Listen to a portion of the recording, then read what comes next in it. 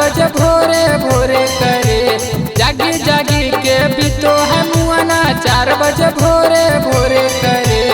इस सखी लहंगा में सैया के सुगा मिठू कटोरे कटोरे करे। इस सखी लहंगा में सैया के सुगा मिठू कटोरे कटोरे करे। दिहल दर्दिया सुनाए साखी दिन भर पोरे पोरे करे।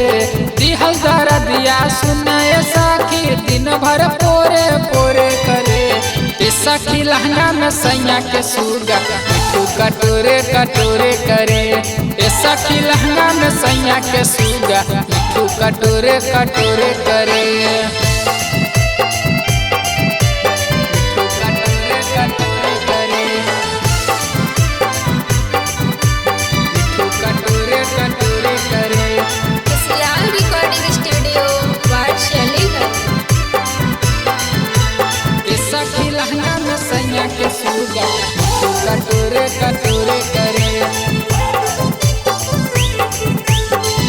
कटोरे कटोरे करे। सखी रोजे अपन लोला बासे मारे अनार पर। बड़ी खीस बरे हमारा साखी ऐसन भतारे पर। ऐसन भतारे पर। सखी रोजे हमरा लोला बासे मारे अनार पर। बड़ी खीस बरे हमारा साखी ऐसन भतारे पर।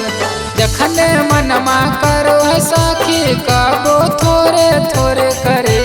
जखने मनमा करो है साखी कबो थोरे थोरे करे। इस सखी लहंगा में सैया के सुगा मिठू कटोरे कटोरे करे। इस सखी लहंगा में सैया के सुगा मिठू कटोरे कटोरे करे।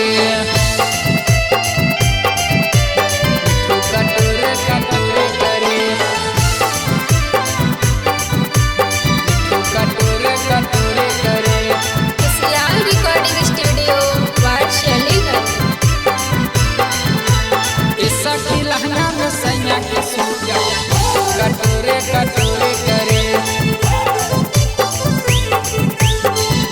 कटोरे कटोरे करे। सखी गंदा गंदा बोलो है बतिया रोहित शर्मा जी।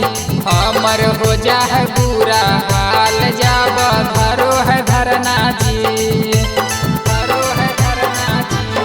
सखी गंदा गंदा बोलो है बतिया रोहित शर्मा जी। हमर हो जा है बुरा हाल जाब धरो है धरना जी। अमितवा के सिखावल बतिया पयौरी जोरे जोरे करे। अमितवा के सिखावल बतिया पयौरी जोरे जोरे करे। सखी लहंगा में सैया के सुगा मिठू कटोरे कटोरे करे।